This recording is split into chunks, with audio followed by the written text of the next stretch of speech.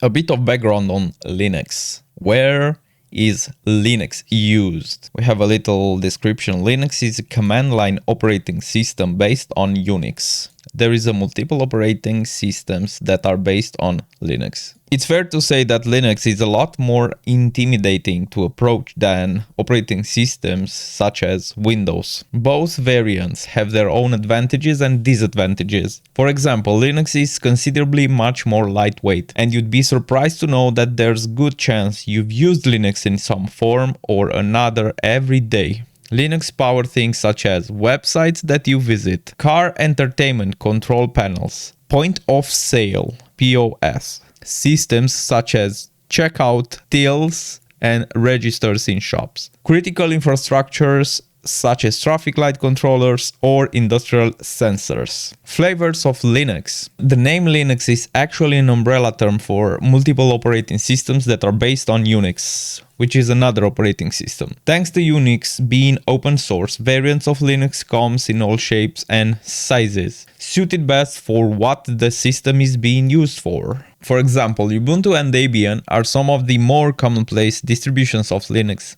because it is so extensible. That is, you can run Ubuntu as a server, such as websites and web applications, or as a full-fledged desktop. For this series, we're going to be using Ubuntu. Ubuntu server can run on systems with only 512 megabytes of RAM.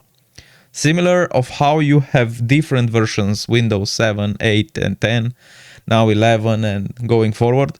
There are many different versions, distributions of Linux. It can be said that the distribution is another operating system because the distribution also has versions, but versions needs distributions. What year was the first release of Linux operating system?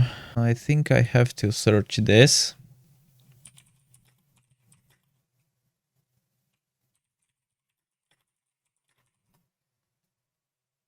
'991, 1 year after my birth.